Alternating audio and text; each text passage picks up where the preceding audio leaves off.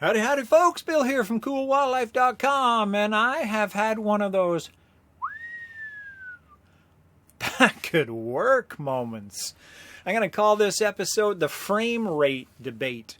What if I told you that I've been using the Nikon Z9's 120 frames per second capability for stills in my wildlife photography? You'd probably tell me that I was nuts. Why would I want an 11 megapixel JPEG file when I can shoot 45 megapixels in RAW at 20 frames a second? Well, I'm going to show you today why I'm doing it and how I can still bring that 11 megapixel JPEG file into Camera RAW, adjust blacks and shadows and highlights and whites and all the things you would normally do with your RAW image, and output a file that will allow you to print at 5 foot by 7 foot. No, I'm actually serious. Stay tuned, because I'm going to walk you through some sequences of this owl, show you wing positions that you otherwise wouldn't be able to get, and my process for outputting that image for print. Stay tuned.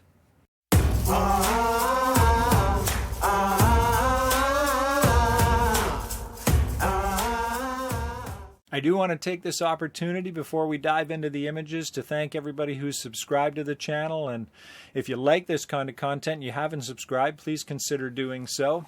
Leaving a like and hitting the alert button is also appreciated. And in this particular video, I'm looking for a healthy discussion, so your comments are welcome. All right, welcome back to the great frame rate debate. I call it a debate. Let's call it a discussion. I'm hopeful there are some really smart people out there who understand algorithms and quality of image and so on and so forth. While I say that I can use Topaz Gigapixel to, render an image that's 5 feet by 7 feet, I'm sure there will be opposing views out there that say no. That's not the same as shooting 45 megapixels by expanding an 11 megapixel file, even though we're getting that size. On the other side of the coin, from my wildlife photography point of view, I'm able to get wing positions with this owl that I absolutely cannot get at 20 or 30 frames per second. So there's the trade-off. I'm hoping we can have a healthy discussion with regards to, does this work? Does it not work? What are your feelings with regards to it? Let me give you the specs that I'm using with regards to how I shot this owl. We know that it's at 120 frames per second. It's shot with my Nikon Z9 with my Nikon 500 PF lens at 500 millimeters. It's wide area large with animal eye detect, not auto. I find that animal eye detect tends to be a little more accurate than just using auto, but that's just me and my testing. It's at ISO 400 f5.6 at 1/3200th of a second. The image that's coming out of this, individual image that's coming out of this, is an 11 megapixel file that renders at 2.53 megabytes per image. Ballpark, because they all change depending on what's in the image. And for this pass from liftoff to coming in front of my lens, we ended up with 381 images. All right, so let's scroll through these images. I'll give you a look at how things went down here. And as we go through this and the liftoff starts, I will tell you that you just can't get all these wing positions that you're seeing now at 20 and 30 frames per second.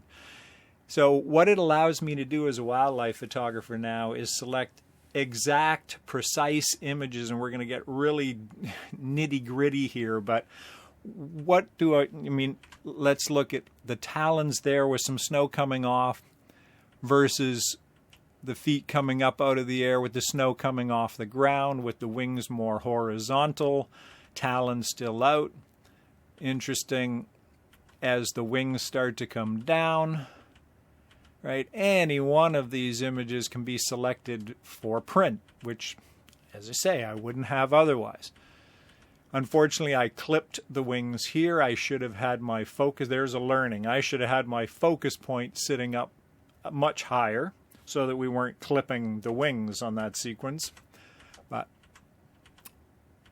That's fine. That's a learning. Okay, and let's scroll through. I kind of like it when the wings start to come down into that position as well. Clip the wings again. My bad. Still have a lot to learn as a wildlife photographer.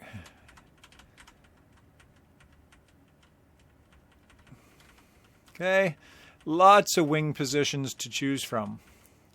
That's an interesting one. As the wings flatten out, I kind of like that look. I always like it when the wings start to go down into this position. Okay, and let me tell you, this is where it got really good for me, and I said, oh my God, I would not have got the next sequence of images if I wasn't shooting at 120 frames per second. Just watch what's going to happen here.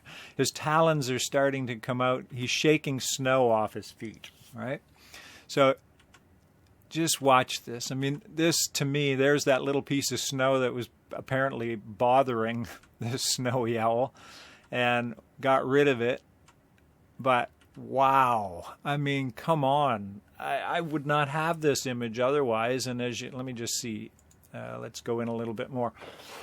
It's tack sharp. The talons are in focus. Fortunately, they're on that same focal plane pretty much as are the wings. So everything's pretty sharp in this image. That's helped, of course, by the 1/3200th of a second. And let's just keep rolling through and see if there's an image here that we really like. I mean, I just love the talons sticking out. That one's kind of cool. Wow. I mean, that's just incredible to me. And this is great for, this technique is great for birds in flight at 120 frames per second. But imagine you're on safari and there's a cheetah chasing down a gazelle. Are you going to get different images at 120 frames per second than you are at 20? Of course you are. You know, or when that crocodile is sitting at the river's edge. Sorry, I'm more focused on the owl at this point. All right. So this owl now continues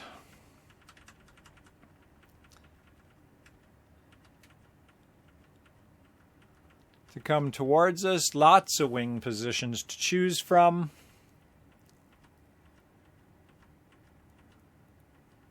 And that's one that I'm really starting to like. As the wing positions drop down into that position right there. I really like that. That's just me. I just like how the wings flare out at the tips. Now we're getting close. And you can see the Nikon Z9 has done a fabulous job of keeping this owl tack sharp as it flies towards us. Let's have a look. Right? Everything's in focus there. Still coming towards us. At 500 millimeters, we're starting to clip the wings. But as the wings come down, we're getting some really nice images here. You got some nice shadowing under the wings.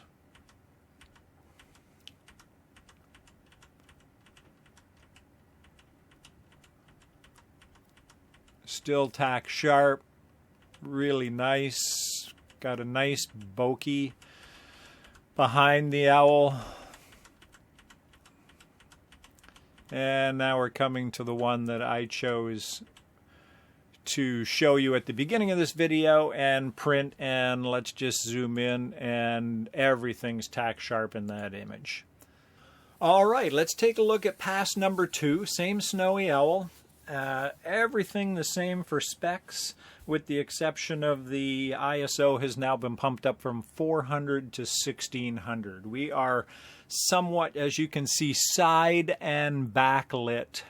It's sunset, so the sun is just about to go down, and we are sitting on a corn stalk. And I will apologize in advance because as we roll through this sequence of images, the first part of the takeoff, this snowy owl drops a deuce.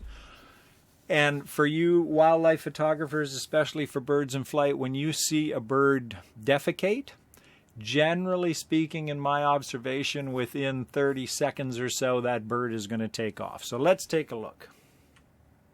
Here we go. Tail's lifting up.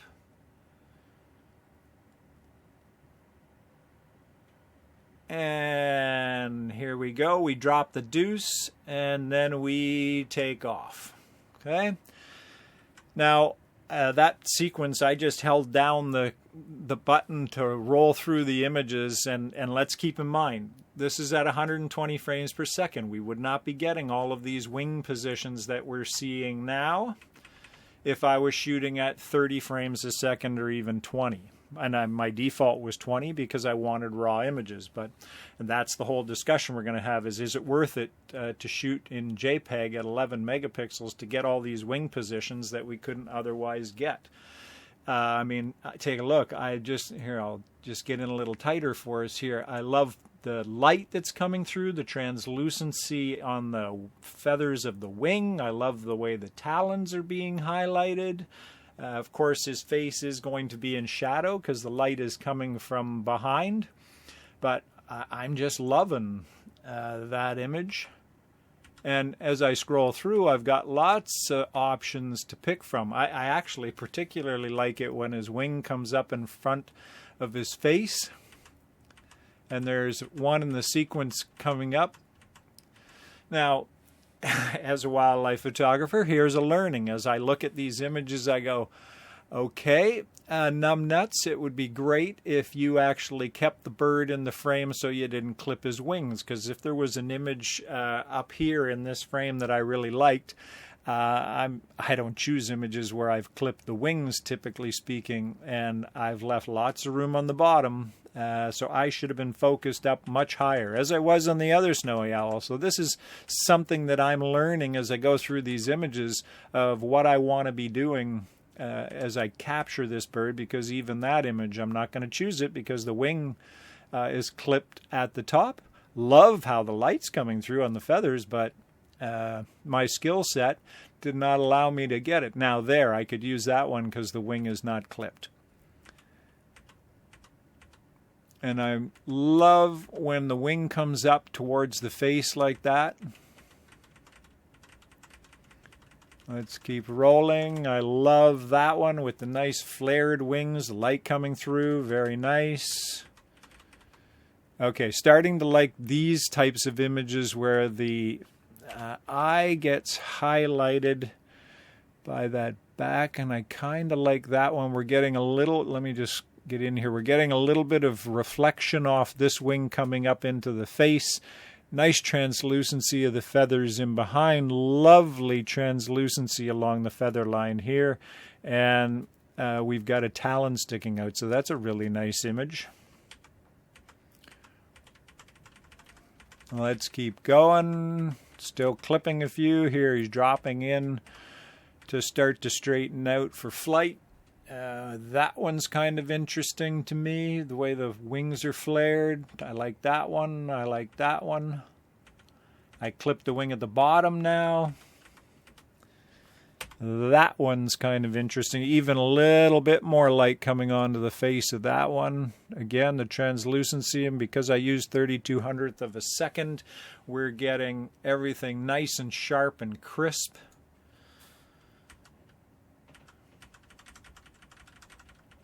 Oh, okay. We're getting, actually, he's sideways, but you can see he's actually doing the same thing with his feet again with the talons that we saw in the first pass. So perhaps that's a behavior that's consistent after liftoff before he starts to fly. Now the snow was a little bit sticky, so I suspect he's trying to get snow off again. That one's kind of interesting with that wing on top flattening out over the head. I mean, as I go through this and you're watching, you take a look at them and say, oh, which image would I choose? Which one do I want? And the whole purpose of this is to say, yeah, you've got all kinds of options, because at 120 frames per second, we're getting every wing position that's possible pretty much in this flight. Right, even that one's kind of interesting to me with the wing down, because that backlighting really highlights the feathers nicely.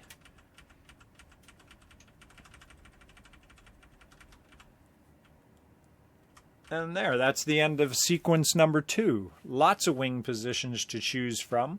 I'll grab one out of that frame and the other frame to show you what the actual final image would look like. In fact, I'll choose one of them to walk you through the process that I'm going to use for now bringing it into Topaz Gigapixel and rendering a much larger file that is of quality that we could print. Moving on now to the processing part of this discussion, how we take an 11 megapixel file and turn it into something that's quite usable for print. So this file, I chose one of the ones with the talons that I got so excited about previously.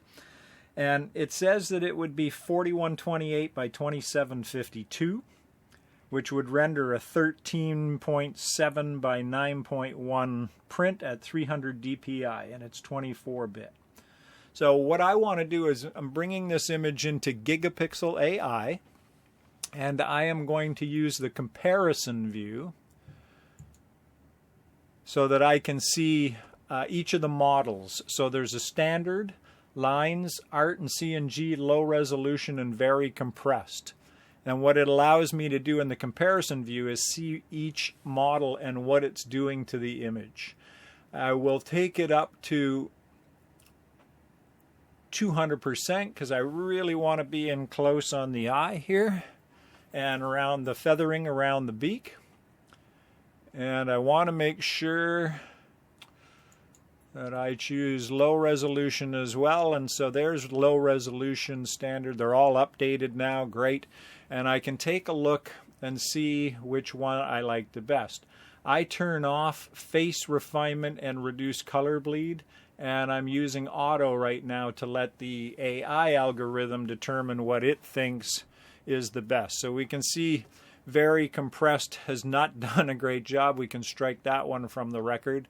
Low resolution is the one that I think is giving me the best look right now out of these 4 images. So I will go up and choose low resolution. I'll take it over to the split view for you.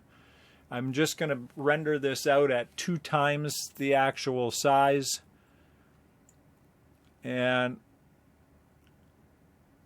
there, as I scroll across, you can see how it's changed the focus on the eye. I'll probably bring this in to sharpen, and maybe it doesn't look like it requires a lot of denoising anyway.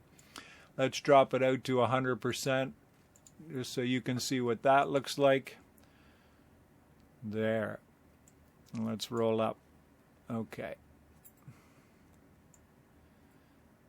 There you can see how the eye is getting focused and those talons are coming. Everything's getting a little bit of sharpening there. It looks really nice.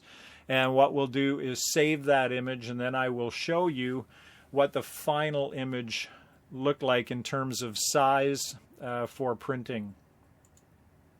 So let's save that out, and I'm going to save it out as a DNG file, which is a RAW format. So now I'm able to bring it into Camera RAW in Photoshop, and I'm able to change the highlights and blacks and shadows and whites and all the things that you would normally do with your NEF RAW. So that's one of the things that people say, well, I want to be able to, JPEG, I have no control over things because the camera's done its thing internally. No, I do have the ability to take this DNG into Adobe Photoshop and Camera RAW, and I can change all of the things that I would normally do with an NEF, which is absolutely fabulous. So let's save that as our DNG, and I wanted to show you how quick Gigapixel actually is, and that's done. Alright, now as I previously stated, we exported as a DNG file. You can see right here, DNG, and that is a RAW format. And so when we bring it into Photoshop, it's going to come into Camera RAW as an NEF would. And now I have the ability to change the blacks, whites, shadows, highlights. And so and if you hold down the Alt key in a Windows machine, and scroll. You can see the blacks coming through. I like just a little bit of black to be showing. Go over to the whites, and I don't want to clip the whites, so I don't really leave much red, but I'm not looking at the background. I'm looking at the wings of the bird. So see how it's highlighted there, and we'll drop it down until we don't see any red, and that's where we want that. Shadows into there, and I like to look at that actually. Alright, so right about there. And our highlight's the same, holding down the Alt key right about there. Alright, and we'll go ahead and open that up. So there's our image that has come out of Camera RAW, and I want to show you. Okay, remember we did 2 times in gigapixels, so if we go to the image size, you can see it's 300 dpi, and we are at 8256 by 5504 pixels, which is 2 times what the original was. And if I put it in inches, you can see that we're now printing, instead of our, what was it, 9 by 13, we're now printing more like an 18 by 27.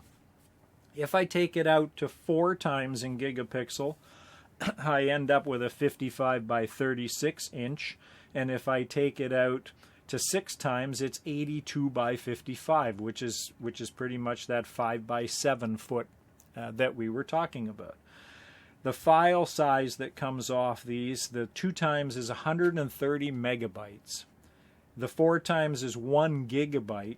And the 6 times is 2.28 gigabytes. But 2 times for me, at least for now, if somebody ordered a bigger print, great, I could bring it back in. But 130 megabyte file at 8256 by 5504 or 18 by 27 is perfectly acceptable to me. So there you have it. That's the process that I use to blow these images up using Topaz Gigapixel AI. Now I guess the question is, wing positions worth the sacrifice in quality, having 11 megapixels versus 45 megapixels? That's the discussion that I want to have with you all, and I'm looking forward to seeing all of the comments and whether you'll use this technique or not with your wildlife, whether that's as I say, a cheetah chasing a gazelle, a snowy owl, any bird in flight with wing positions. I think it's absolutely fantastic. But essentially anything with action in our wildlife photography can benefit from this technique. So let's have a healthy discussion. Until next time, have a great day and happy shooting.